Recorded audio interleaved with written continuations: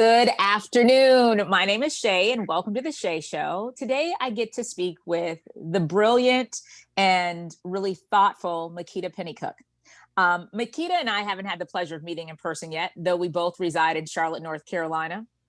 I wanted to speak with Makeda the moment I found out that she was a woman who went through her own crisis of faith and a reclamation of what that needs to look like and what her Blackness is in this world that we live in. I know I have a lot to learn from her. I hope you do too. Hey, Makeda. Hey, Shay. Good to be with you today. Thank you so much. I was saying right before you started the recording, and we had to go here because Instagram was not trying to like us yesterday. It was not. And I don't have any idea why it was uncooperative yesterday, but here we are today. So I was telling them, I was telling you earlier, I was having my, let me have my fangirl moment. So your hair gives me all of the feels. Okay. Like all of them. And because she right before she started recording, she's like, my hair is a little big. I was like, your hair is a little perfect is what it is. So I just wanted to have that love. Well, thank you. As I said, we're both in Charlotte, North Carolina. So Makeda, I started taking a whole bunch of notes yesterday, even though I wasn't able to execute on these notes greatly. But where does this start? I know that you have a crisis of sorts of what you believe. Yeah. And when you say that, what is the original belief and what is said crisis? Yeah. So to do that, I need to set some context for that to make sense. So please. I've been a Christian my whole life, I'm Jamaican. So I grew up in New York City, but Jamaican by heritage. Yeah. The one thing about the Caribbean countries is even if the parents don't go to church, they make sure their children are in church. It's kind of a thing. Ain't that the truth? Right? I know. Even if they don't darken the doors of a church, there you are. Listen, my father, Anglican, mother, elapsed, I think maybe Presbyterian. There was a Baptist church across the street from us in Freeport, Bahamas. And that's where I recall going to Sunday school. Exactly. Never mind. Exactly. So, in my teenagers, I've always been in the church, and then 11, 12 years old, got involved with a church that I consider the church that I grew up in, just because I got into it in what is really my formative years. Sure. And that church is a Church of God, or a branch of Church of God, which has a lot of fundamental thinking. So fundamentalists, for those who are not familiar, that's right, are very rules-based. So lots of things that you're not allowed to do. There's very strict parameters on what is permitted. And I grew up in that environment. So things like wearing jewelry was a sin. Women couldn't wear pants. We were not allowed to go to the movies. There were all these things that we were not allowed to do. And that is the environment that I grew up in. Those seem very arbitrary. They seem arbitrary, but they had multiple scriptures to justify a lot of what they were teaching. Would you say the whole point of justifying those things in its essence, people are just trying to touch God? What is that? Why they feel like they have to use these parameters? Great question. I would say that was it. Yeah, they really wanted to try to honor the desire to stay connected to the divine. So most really strict fundamentalist sects are cloistered away from society. So they are in their own little commune, if you will. So that wasn't the case here. This church actually exists all over the world. This branch of Christianity exists all over the world, but there were just definite ways for how we can show up and be a good witness, if you will. And so I think that was what was behind it. I left that fundamentalist type environment in my early 20s and moved into an evangelical setting. So moved out of this fundy type setting into an evangelical church setting, and was in that for a really long time. And evangelical, what does that mean? Okay, so great. So evangelical Christianity, again, for those who are not familiar, I think the easiest way for me to describe that is, while I think all branches of Christianity are really focused on evangelism, I think evangelical Christians really make that a big thing that they're focused on bringing people into Christianity. Sure. With the very strong conviction that Christianity is the right religion. And so all other religions are wrong and Christianity is right. And so the focus is on bringing people into Christianity for the sake of saving their souls. Okay. So that's what evangelical, that's how I would define it, right? Okay. So I was in the evangelical church for a long time. I moved to Charlotte 18 years ago now. Wow, it's a long Wow. time. Isn't that a trip? It is, especially since it still doesn't feel like home to me. But anyway, so 18 years ago, I moved here to help plant a church. I was part of our church planning team, and I was on staff there for what would ultimately be about 12 years. In 2011, I would say 2011 was probably the start of this journey. It was, though it would take several years for it to unfold fully. And I think when I think back to it, the first domino to drop came as a result of reading the book, The Shack.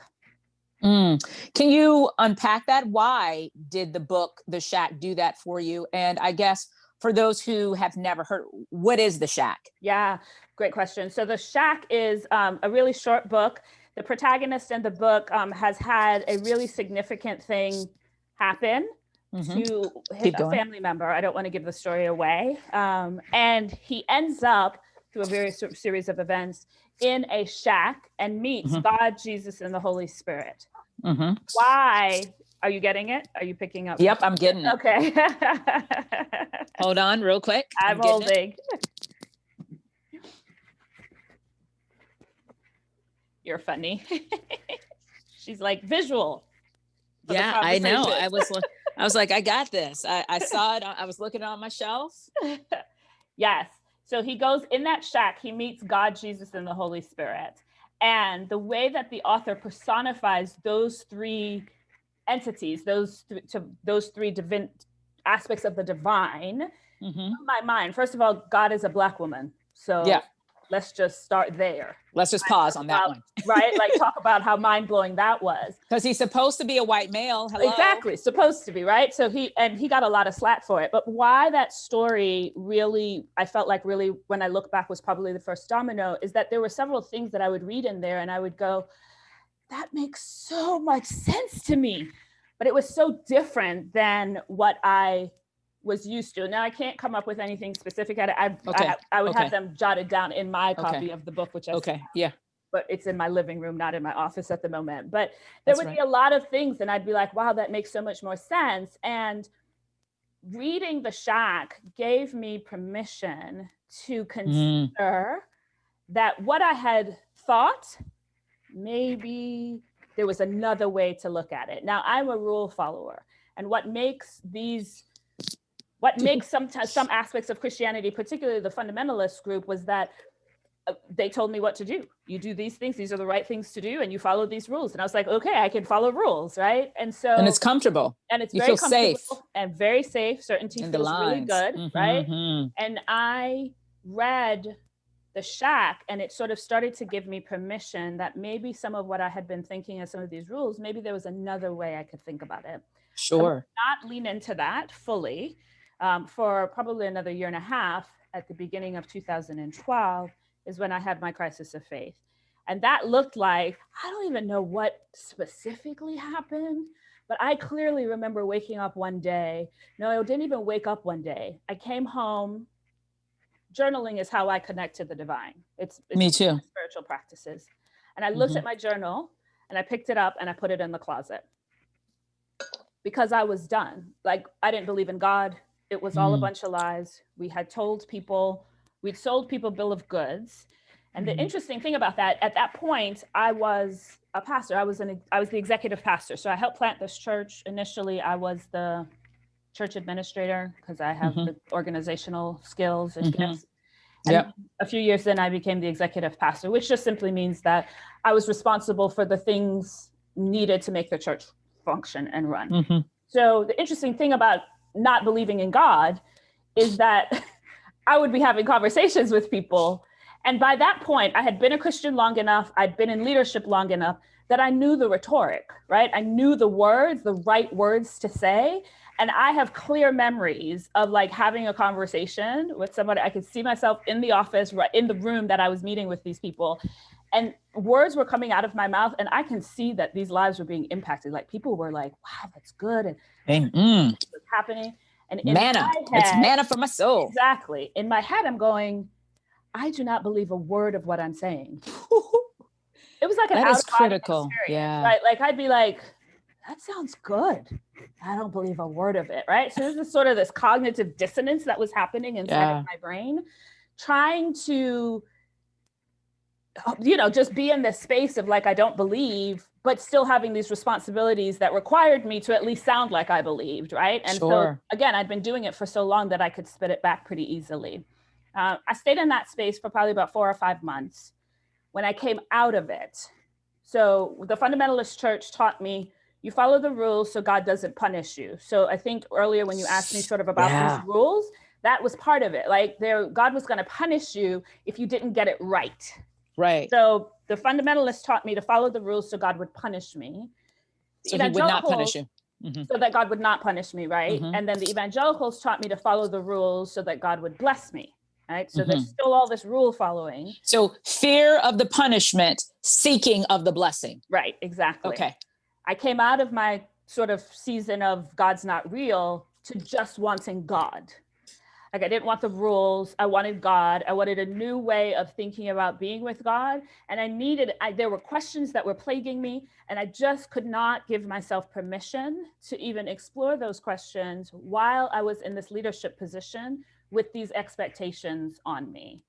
So it would take a while for me to process through that in terms of myself, like of recognizing that I needed to make a change. And that change involved me stepping down from my position at this church.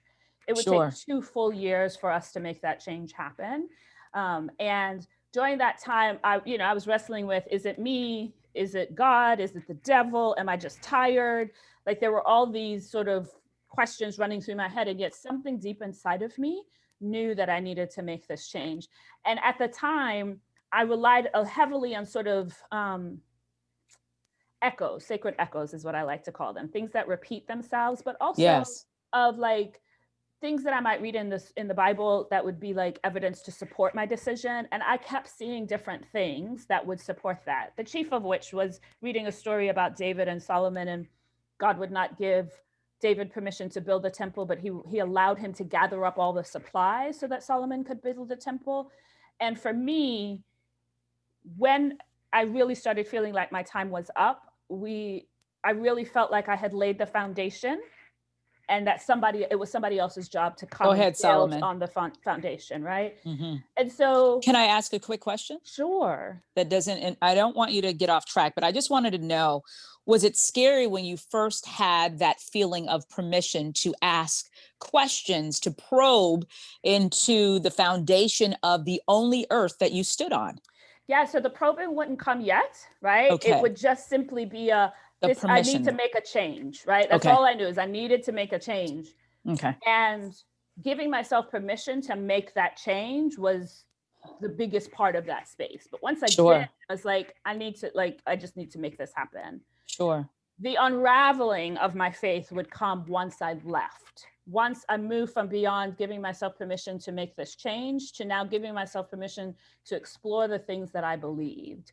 So around the time that I was sort of figuring out if I was going to change or what was going to happen, the Episcopal Church started stalking me, is how I like to describe it. And again, for me, that's just about the sacred echoes. So I would read something, it would come from the Episcopal Church. I remember reading this book called Chasing Francis, great book.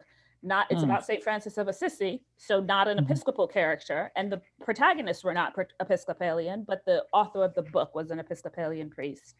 I was reading something and the person quoted this line, and the line said, "Forgive us for the things that we have done and the things we have left undone."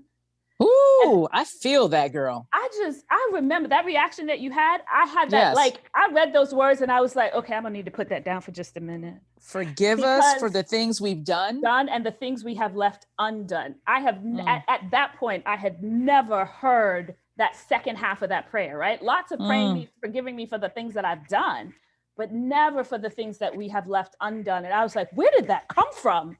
It comes from the Episcopal Book of Common Prayer.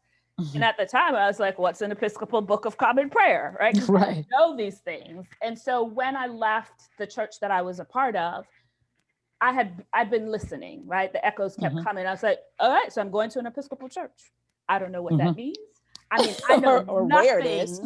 about the Episcopal Church. And when I say nothing, I mean nothing. So much so that when I first went to the services, it probably took me about a month before I figured out. Every time I was like, they put the message in the wrong place.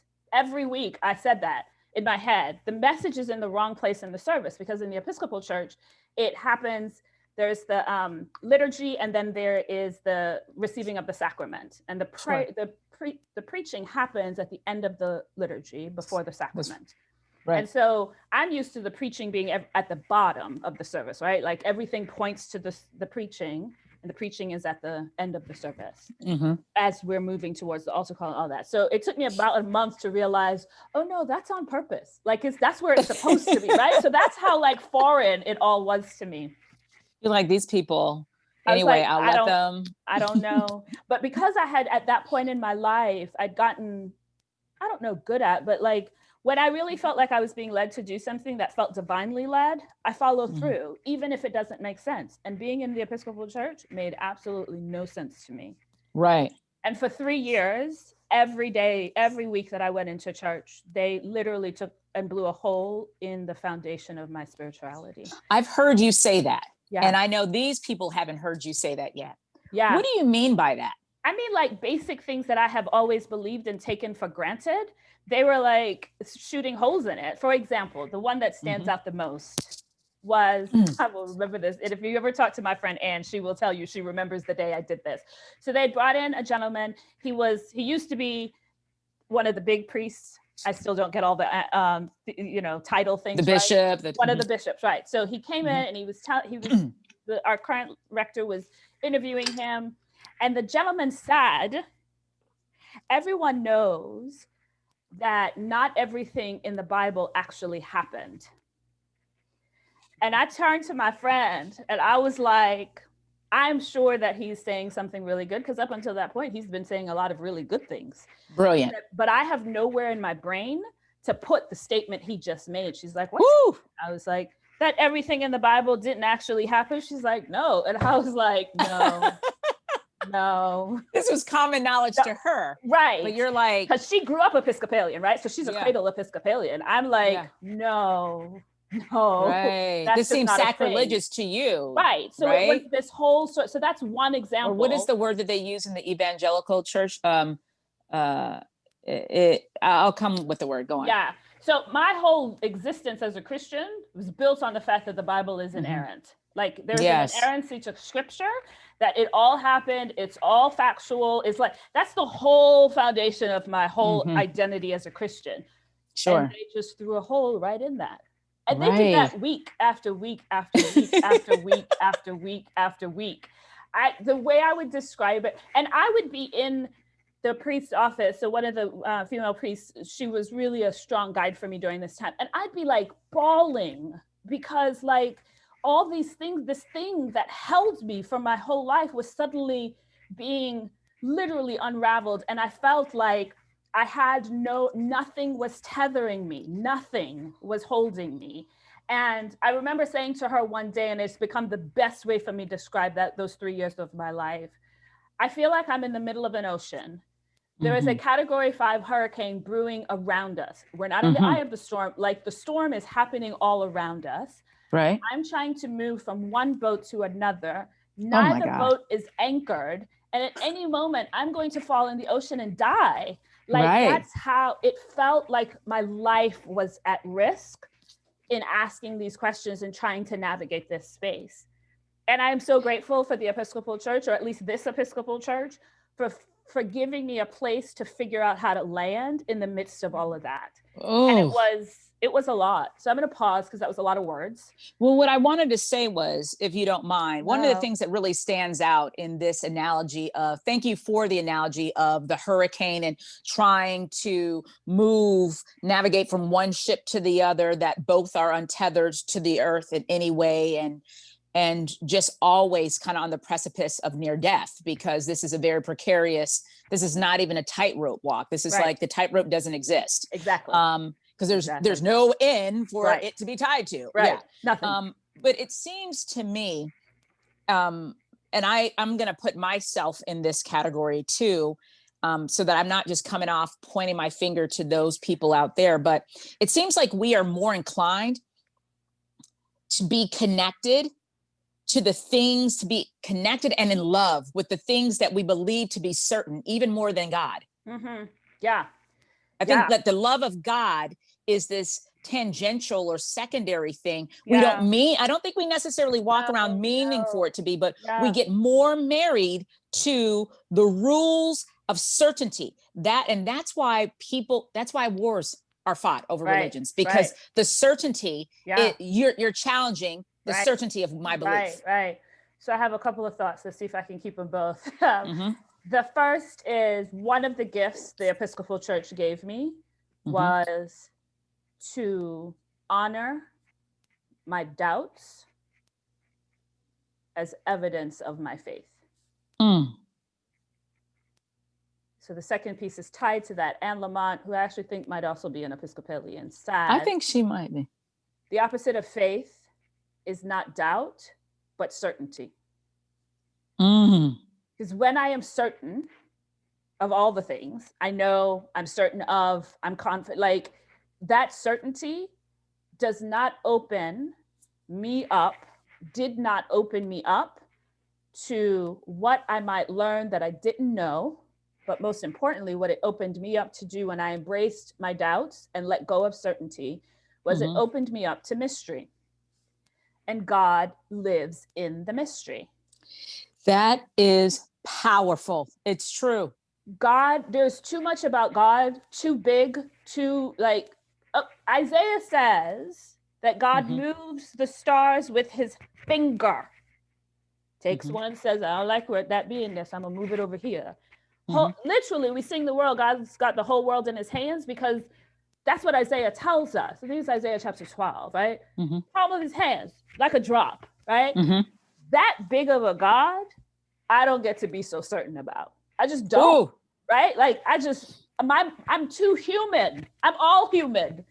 Yes, I may have divineness in me because I'm created in God's image, but I'm still human, right? There's limits to my capacity to know and understand something as big and mysterious as the divine.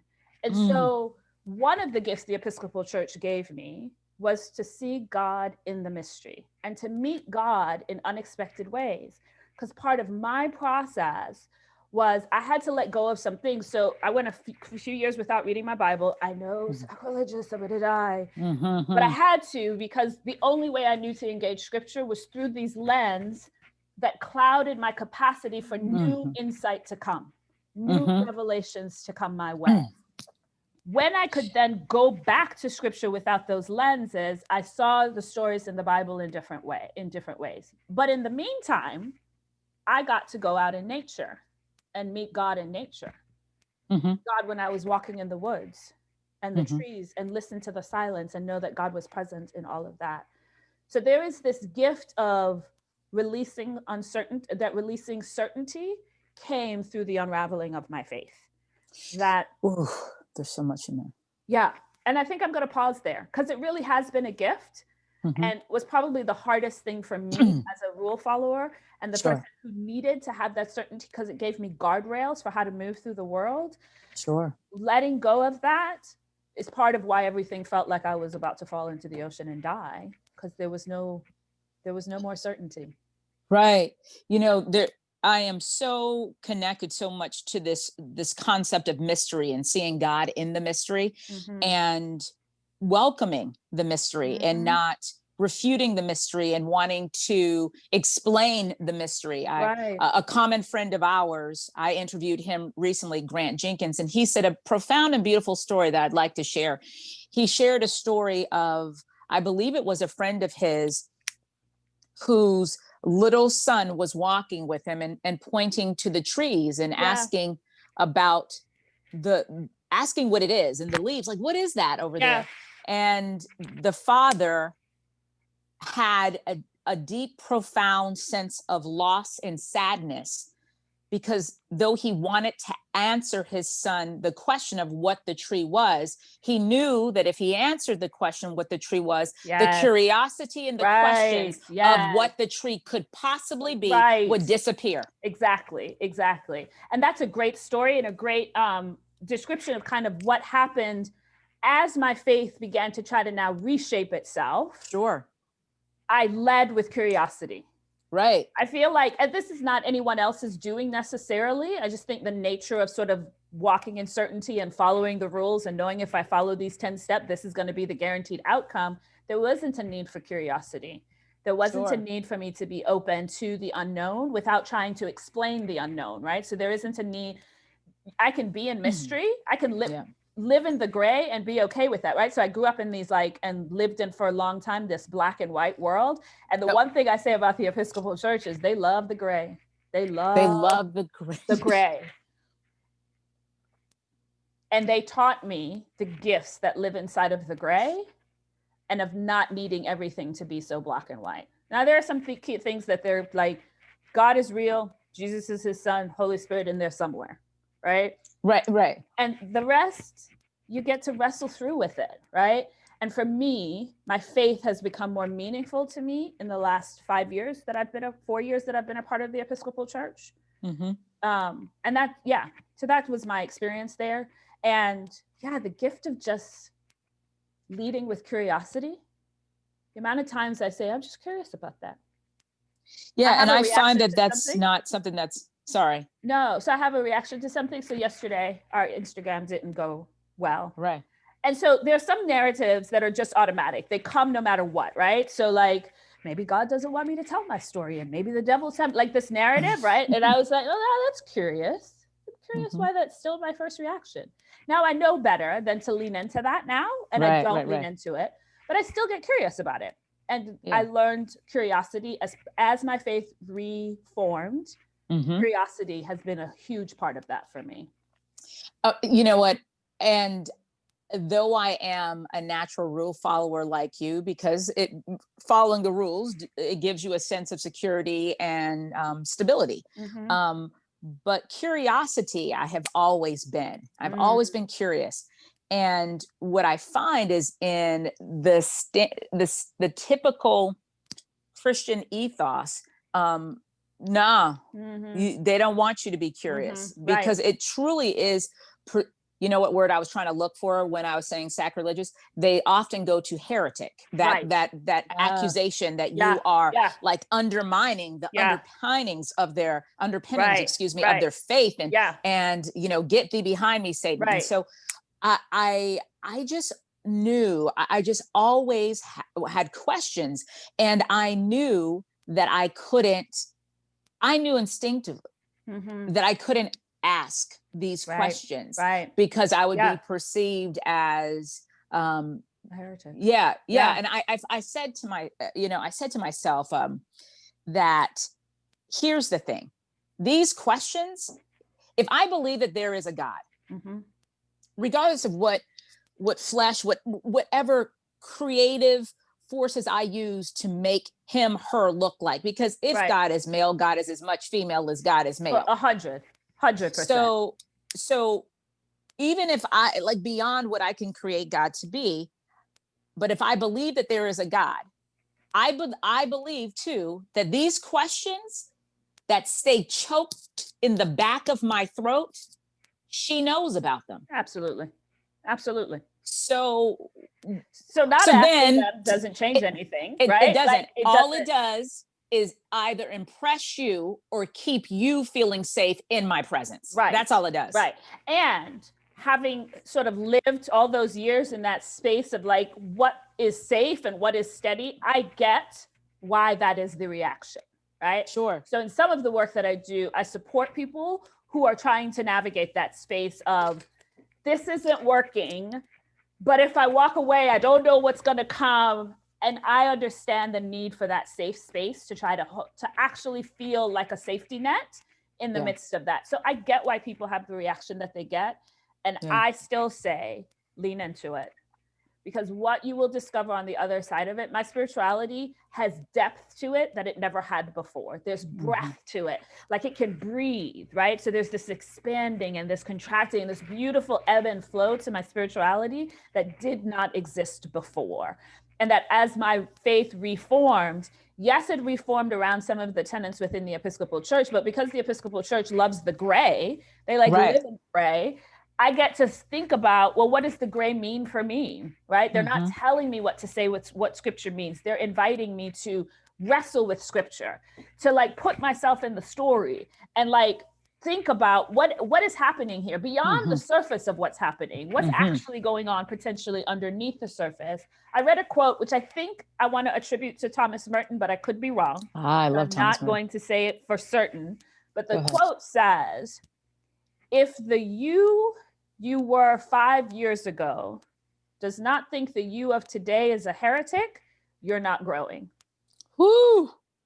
I'm gonna say that again. Oh my God. If the you that you were 5 years ago does not think the you are today is a heretic, then you're not growing.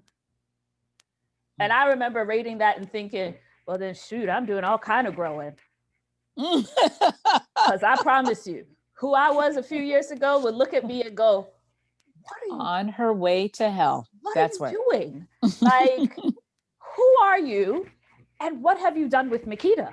Right? So, and I love that idea that we need growing in our spirituality, right? So for me, it's not just about growing in your faith. Like when someone says that to me, I'm like, what does that mean to you? Yeah, I don't know what that means. They can't answer that question, right? And oftentimes Christians get on my nerves with their canned answers. Like I asked an older couple about who they said they'd been married for 55 years. I was like, oh my goodness, tell me what the secret.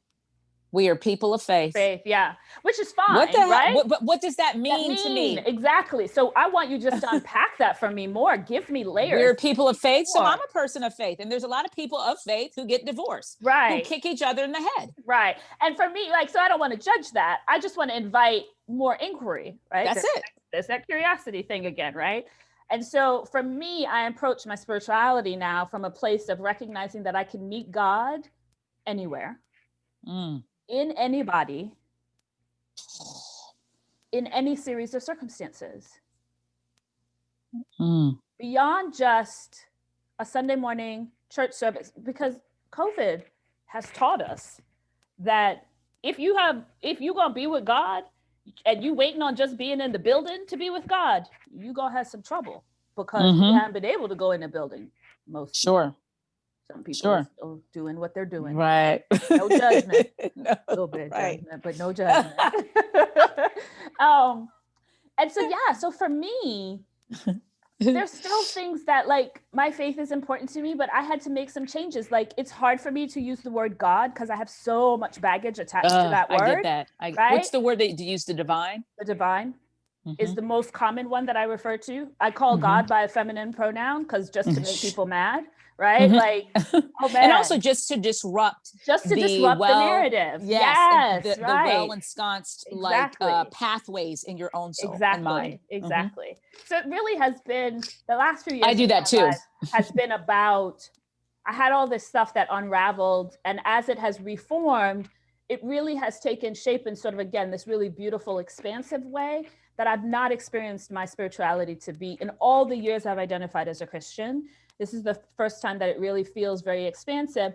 And in many ways, and we're going to pull in my journey around reclaiming myself as a Black woman, because I think that came in as part of that process, right? I had a question I was going to segue us right into, so keep going. Sort of just thinking about these last few years of really looking at, so if my spirituality has taken shape in this very different and unexpected and beautiful way, what are other areas in my life that I may be unconsciously or consciously suppressing because I've been unwilling to give myself permission to look at it through a new lens? Yes. My Blackness is one of those things. And so this talk, I'm going to put it in my newsletter to my community this week, but I opened with a statement. The thing I don't want you to know about me is that for most of my adult life, I have not felt Black enough. And that has been birthed from when I was growing up. Everybody's going to the parties, and I grew up in the 80s. So hip hop was like, I grew up in the 80s in Brooklyn, like the birthplace of hip hop. Like, hip hop found its origin. That's right. I grew up in, right? Sure did. So, but while the parties were happening and all the music was going, I was sitting reading a book because I would much rather read than go to the party, right? So I'm a nerd. And I love all things musical.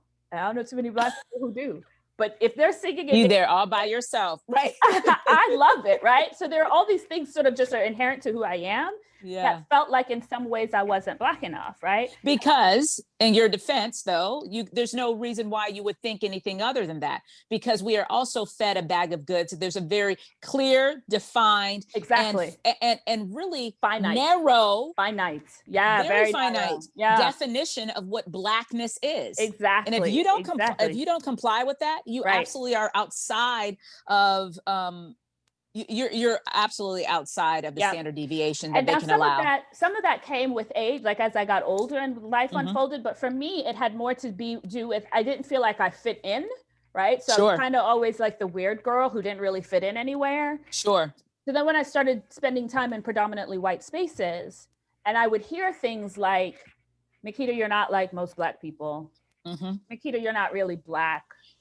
Makeda, you're kind of like an Oreo. You're Black on the outside, white on the inside. And I actually would make that statement. Like internalized oppression is a thing, right? Internalized racism. What is it? It's exactly what you have just said, or at least alluded to. This idea that we have been conditioned of a sense of what Blackness looks like, and we are conditioned that is somehow less than. So we have to suppress those things or oppress those things within ourselves in order to fit in to these settings that automatically dismiss us, right? Or not be perceived as de facto less than. Right, exactly. And so for me, when I started spending time in predominantly white spaces, it became easy. The way I describe it, the way I've come to understand what I did was I whitewashed my Blackness. It just simply means I toned it down. I put a white covering on it so that I would fit and not stand out, right? I did that too. Right. And I think there are a lot of people for whom that's their story, right? Again, I'm taking ownership of the role that I played in that, right? Me too. The culture, the environments I was in lent itself to that happening very easily, right? But I try really hard not to place blame and instead take ownership of. And as I started, I went natural. I went back to my natural hair. Used to perm it? I used to perm straighten it? Straighten it, always. I went natural the beginning of 2009. So a couple of years before this whole journey started in terms of my spiritual unraveling.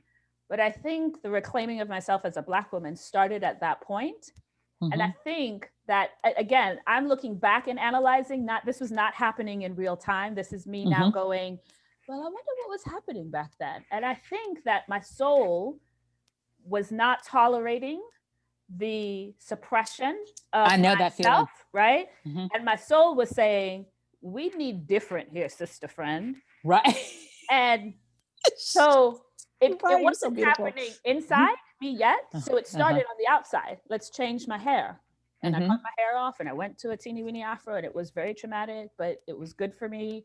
And I think that what felt like I can't do this anymore wasn't about the externals of the space that I was living in, but it was really about my soul saying, you are not living the best expression of yourself. You are not living the fullest expression. That feels better to me than living my best life, right? Because that's become a bit of a cliche. I think my soul was saying, you are not living the fullest version of yourself possible.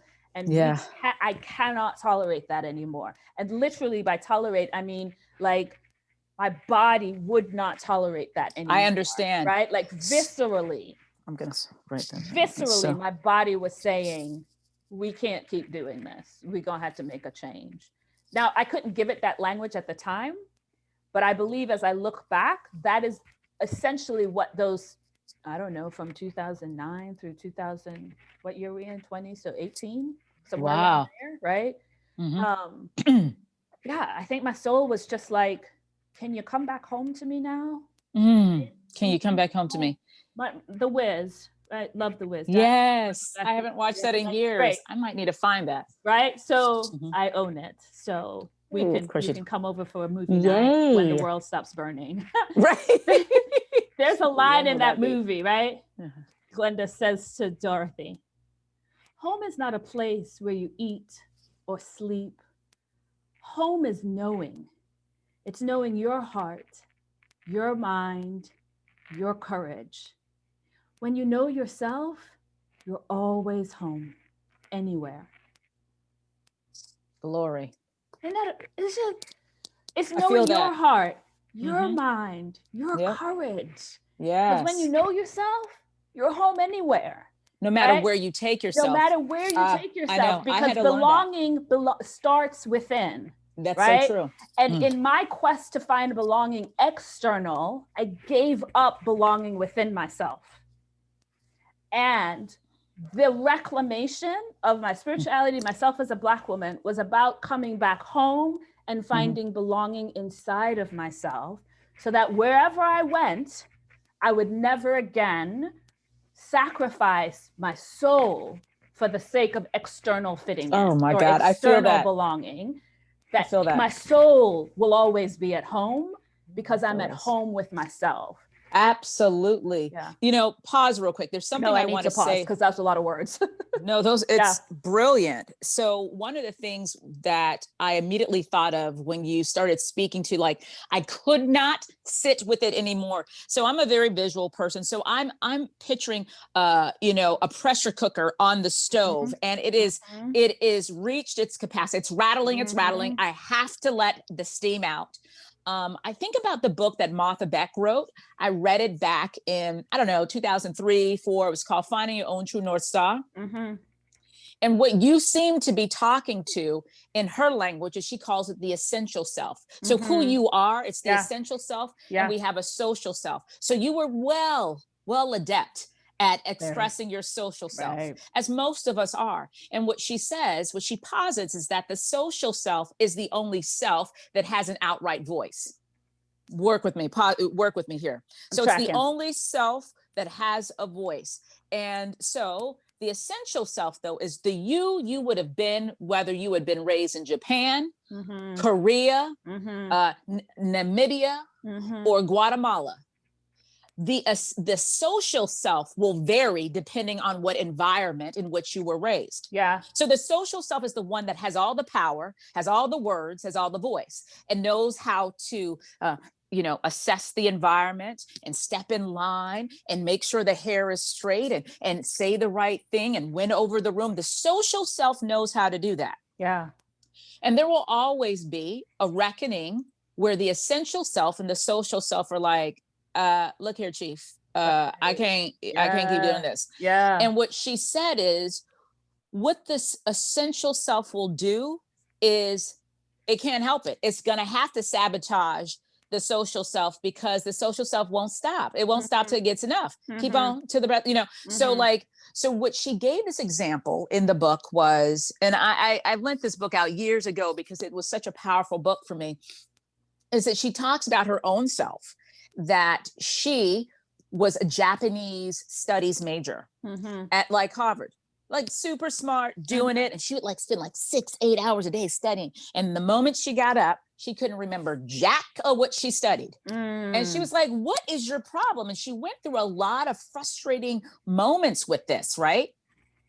Until she had to realize, as she started actually kind of moving into a counseling role with other people, that what was happening to her was her essential self saying, that's not why I'm here. That's not why I'm here. Yeah. So I'm not even going to let your brain, I know you have the capacity. Right. I'm not even going to let your brain hold on to it. Right.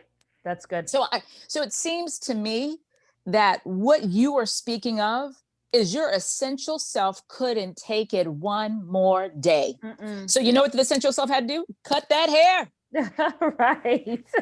Cut that hair. Sometimes I truly believe transformation is an inside out process. Sometimes liberation starts on the outside. Yeah, it's like anything, I think. Sometimes we need to have evidence that it's happening in order for us to believe in the validity of what we feel sparked in here. Yeah. And I think that again, I think they seem unconnected, right? Because 2009, I cut my hair. I read The Shack in 2011. I had my crisis of faith in 2012. They seem unconnected, but I believe that they are the seeds that were being planted to take me where I needed to go. And, the journey continues. I'm not done yet, right?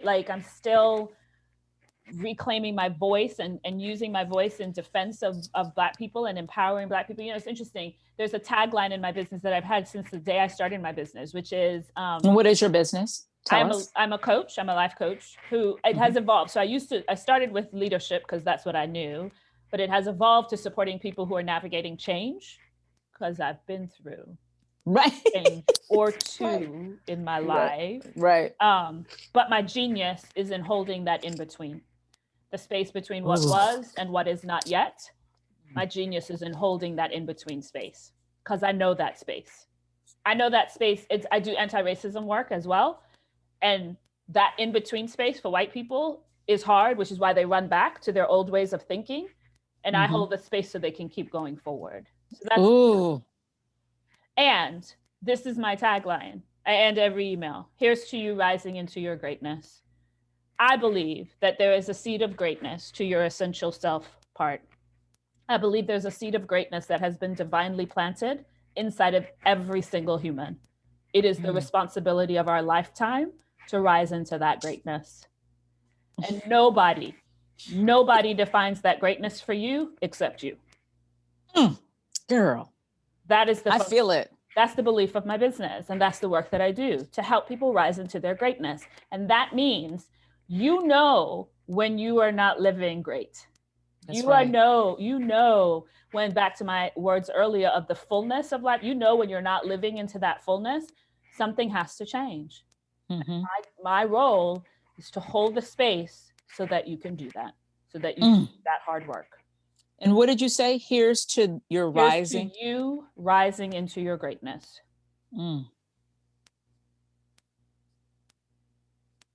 Girl. Well, I'm in love with you. I love that you said my genius. I love that you owned it. A part of what becomes so, I think, more fluid when we sit in that essential self space more and more wholly and fully is we own our brilliance. We don't have to mimic, nor do we have to quelch and quiet and feign and be like, oh, thank you. We can sit in it, because I think oftentimes we think that there's a connection between conceit and recognition. Yes. I can't, I've stopped doing this, but I used to, not that long ago. I think one of my skills, one of my gifts is teaching. I know how to take complex things and break them down. I remember as a kid, like I was not that, like my teddy bears and doll babies were not my children. They were my students, right? So like, I remember putting a teacher loose leaf paper on the wall. It was my so you could write on it, the blackboard. That's right. What pupil's going to clean the board today? Exactly, right? And I used to say, I think I'm a really good communicator. Like, I think it's one of my gifts. I'm not trying to be arrogant. I just think it's that's what I used to say. I'm not trying to be arrogant. I just stopped taking that. I just took that piece out. I think it's one of the gifts that I have. I think that I have the ability, not that nobody doesn't have the ability. I just think it has nothing to do. It's not a comparative skill analysis that I have, right? So taking ownership of where my gifts lie and where my strengths lie, I think is part of that whole owning and celebrating. And when I talk to my clients about becoming more confident, I say confidence is not birthed in just celebrating what you're good at. It's also knowing what you're not good at. So it's being able to own the good, the bad, and the ugly. That's how I frame it, right? I don't need to brag about the good. I don't need to apologize for the bad. It ties in like I'm such a terrible person, right? Like I'm this terrible human. Like we don't need to do that. I recognize that I don't do numbers. Don't ask me. Don't. Why we gotta do that? Column A has to match column B, but that's about all I got as far as numbers. Right. I hate ironing. Don't put an iron in my hand and ask me to iron. It's not gonna happen, right? Those are just things I'm not good at, and I'm okay not being good at those things. And you're fine with isn't it wonderful? Fine, right? So that's an example. That's a bad that I'm like, it just is what it is, right? And then I don't have to hide the ugly. right? I get angry sometimes. I get pissed sometimes. And I just need to let it be okay. Last night, someone texted me something. And for a solid 5 minutes, rage, not just anger, but rage moved through my body. I was so angry. And I just was like on my bed, like I have a sleigh bed. I'm on the sleigh bed and I'm just like, oh, Jesus, I need to breathe through this one, right? Right. There was a time in my life when I would not give myself permission to feel that rage, right? Because that's something that's an ugly that needs to be apologized and needs to be hidden, right? Sure. Now, there wasn't anyone here at the time to witness that rage, but even in the private moments, I don't need to hide the ugly. I can just let it be what it is, because when I move through it, I actually can transmute it and claim the power that lies inside of it. Oh, transmute it. I love transmutation. Yeah, the alchemy of it. We want to label emotions, but they're neither good nor bad. They just are. Tell me this. So as you, I just want to say thank you so much for taking us through this process. It is very impactful for me. So I know it's impactful for the people who are hearing it. I also want to know, when you are reclaiming your Blackness in the setting, what does that look like? And why did you feel like you needed to? Because it's an essential part of who I am. Like, if I walk into the room, I don't have to talk. There are two things that people are going to notice the minute I walk into a room. Yep. One, I'm Black. Two, I'm a woman. Right. They may notice the hair right after that. They may notice that I don't have any makeup on after that. Like, they may notice other things, but those two things are going to be the first things that people will identify me by. This sense of not owning this thing that was essential to me, it was a betrayal. I was betraying myself, and I refused to betray myself any longer. I refused and still refuse to betray myself. So I had to take that. I had to reclaim that. But beyond that, it was also and remains about reclaiming my voice. My voice has for too long, in too many spaces, been used to move someone else's agenda forward. And as a Black woman, because Black women in particular, our voices are often silenced in favor. We are like at the bottom of the totem pole. We have the greatest power, the greatest amount of influence. We know how to get shit done. We know how to move people to get, like, I mean, let's just look at the presidential election. Hello, Stacey. Right. We know how to do shit, but we are still at the bottom of the totem pole, right? Sure. So as a Black woman, I need to give my voice. I need to get my voice back. My voice needs to belong to me and not to anyone else. And in the power of it as a Black woman doing that. So part of this process, part of this journey has been about getting my voice back to an agenda that aligns with me and my values, keeps me in integrity with myself, and feels aligned to my divine assignment. Tell me this. Did you ever feel perceived as overly aggressive or angry or I wouldn't say angry. Here's what I always say, right? So I take up space. Like, I walk into a room and I show up before I show up, right? I don't know if that makes sense. Like, I just take up space. And I used to feel like I had to apologize for that. I need to, like, dampen that. Me too. The erasure of my Blackness was part of that, right? Like, I need to fit in, like, because I am too much, right? And I need to make you feel comfortable. Right, exactly. So I don't know that I would say I was ever told I was too much. I just had an awareness that I just take up space and energy when I walk into a room. I'm not doing anything deliberately. Again, before I open my mouth, this is a thing that gets noticed about me, right? Sure. It's interesting for me to watch in the church that I'm a part of right now, right? So I flew under the radar for a long time. They know nothing about me. They didn't. I just had these two priests who were helping me navigate this space. Had a couple of friends who were like, I'd be like, my friend Anne, who'd I'd be like, I don't know what to do with what he just said. Yes, he just exploded something for me. The glass is shattered. Right. And then I don't even know what did it. but somehow I got on their radar. And then, hey, Makeda, would you be willing? And it's been fine and it's been good. But again, our gifts will make room for our space for us, right? So your gifts will make room for you. Apologizing for the fact that I take up space, or that I have influence, or that people hear my words, that I can say things in a way that people can hear them. I had to stop apologizing for that and reclaiming my Blackness and regaining my voice. That's all tied together. All the threads matter. They're all connected in this tapestry that is crafting this person that is Makeda Pennycooke. Oh my girl. I adore Makeda Pennycooke, which, by the way, you guys, what a name, right? Pennycooke. It's a great name. It's like Money Penny. Right. It's just sounds so good.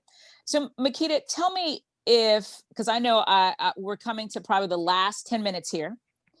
I just want to ask, what is the one thing, if you were to give somebody else, maybe not even a roadmap because we are comfortable with living in the gray, but some direction for those who are wanting to start this same type of journey, or are hearing your words and are like, shit, this is the journey I am on, but I didn't realize it until now. Yeah.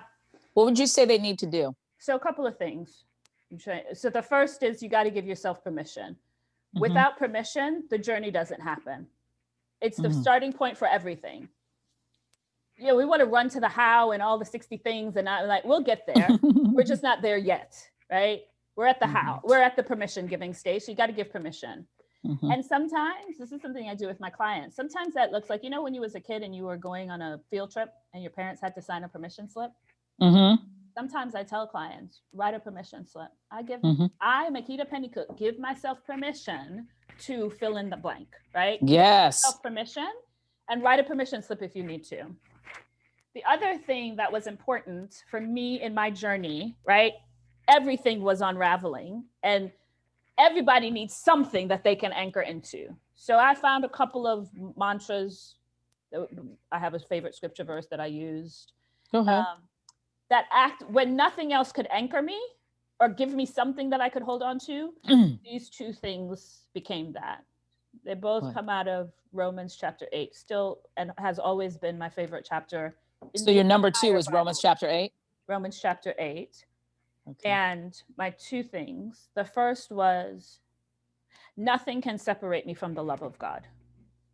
Now that was important because all the questions that I was asking, the willingness to say maybe this thing I thought was wrong, and I need to come back to that. So if I don't come back to the idea of something being wrong, jot that down so I can come back to it, because that's important, right?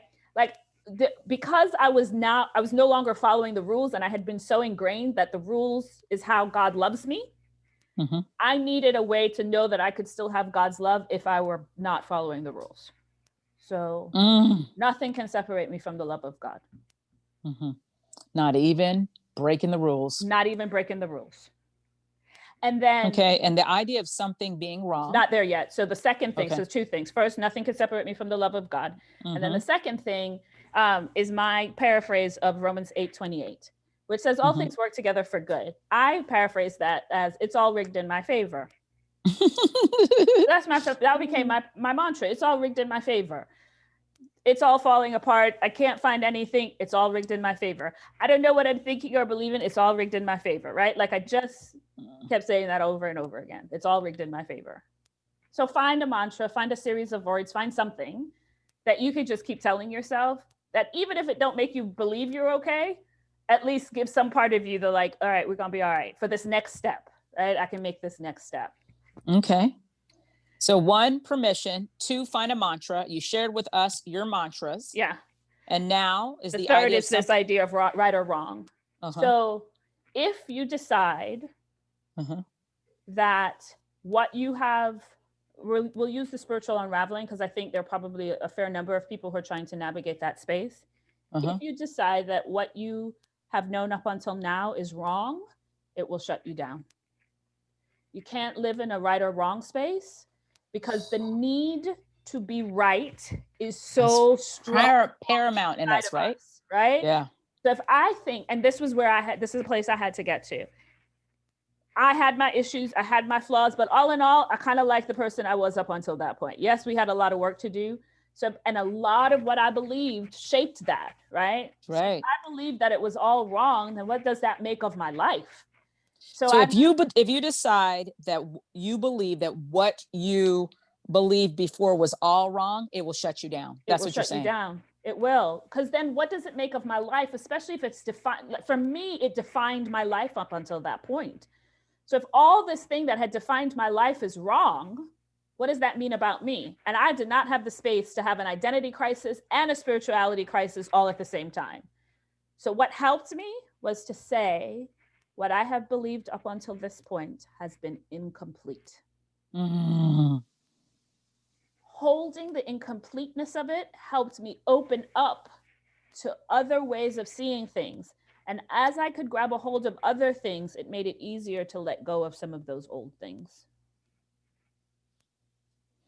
Mm. Does that make sense? Girl, yes, I'm writing it all down. So Yes. I couldn't meet God in the woods, holding on to the fact that I could only meet God inside of a church building. But if I let go of meeting God inside of a church building without He first doesn't being able to, exist. I didn't know what to do with that, right? I'd been through Yeah. my crisis of God doesn't work in here, and that didn't ultimately work because I came back to, well, God is here. Yeah. So it's just one example of open up to the possibility that it's incomplete. There's, and look, you may do the exploration and come back to, yep, this works for me. Great. Great. But at least you've done that inquiry. And you're not relying on somebody to tell you this is what you're supposed to do. Do the inquiry and see where you land, and trust that you're going to land in a good place. That's so good. You know, my inquiry, my crises of faith probably started happening when I was in law school. Between the years of 1998 and 2001 is when I really started just like unraveling these things. I just graduated from an undergrad at Christian Institute, and the thing that started in me, honestly, it was something that had bothered me all my life, but I had jettisoned it because if I didn't, I would be bothered every day, and I'd want to talk to people about it, and ain't nobody want to talk to me about it. Right. And that was slavery. I just could not wrap my brain around the fact, and this may, because it's really dear to me. Yeah. I just could not wrap my brain around the fact that what you're telling me is these men and women who came from various groups and people and, you know, tribes who spoke different languages and prayed and honored various gods, lived in the belly of boats in the most cruel and inhumane ways, many of whom did not make the journey. And you're telling me that hell swallowed them up? That's what you're telling me? I cannot believe that. I cannot believe it. And I refuse to believe it. I may not have anything to stand on, but even if I never utter that to you, God knows that I'm going, nanny, nanny, boo, boo, stick your head in doo doo. Right. Yeah. I cannot hold that in my heart or in my head. Right. So that's what started my journey. Yeah. So when I see you doing this work, it's powerful because you give other people permission to start doing it and you help lessen the fear. Yeah. So thank you. You're welcome. I get that fear. I get it. And it's enough to paralyze you to not do anything. And the thing is, your soul is going to keep asking. Yes, that's the thing. Then one day it will stop. Yeah. And when it stops, everything stops at that point. You may keep walking through life, but you will have known that something inside of you has died. Oh my God. I love you. You're so kind. I know we're getting to the end. I just have a couple of questions that I like to end my interviews with. So one, Makeda, thank you for giving us some clear directives on what we can do to start our process or embrace the process that we might find ourselves currently swimming in. Yeah.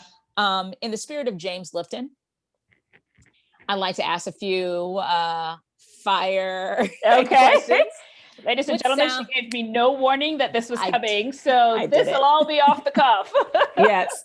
What sound or noise do you love, Makeda? The beat, the ocean. The The ocean. ocean. Me Oh my too. God. Yes. My soul exhales at the beach. Me too. Yeah. The What ocean. sound or noise don't you love? Any other sound? No. I actually have a sound sensitivity. So loud noises really bother me. So be that a siren that's blowing, a nails on a blackboard, sometimes even singing bowls, right? Like, so I've been in some spaces where singing bowls and I was like, no.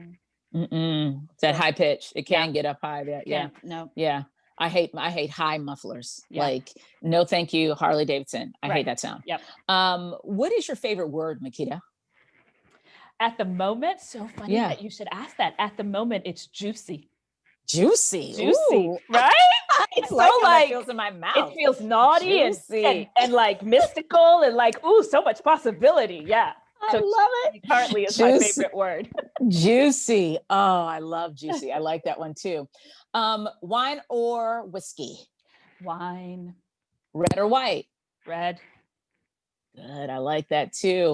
So tell me, Makeda, if you weren't doing what you're doing right now, what would you be doing?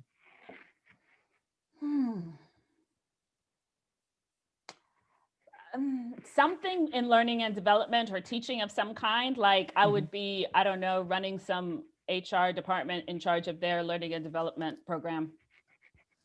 Okay, Makeda, sorry about that. I went away for a second. I had a call. Yeah. Last two questions. What's your favorite curse word? Shit. That's at the moment. One. That changes, but at the moment, I find I'm saying shit a lot. That is a good one. Makeda, if heaven exists, what do you want God to say when you get there?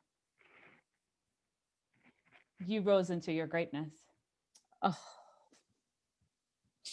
Makeda, I can't tell you thank you enough for sharing time and space with me. It's been great, Shay. Thank you so much. I had a fabulous time. Me too. I love you and adore you. Keep doing the work you're doing. We need you, Makeda. All right. Take care. Okay. Peace. Bye.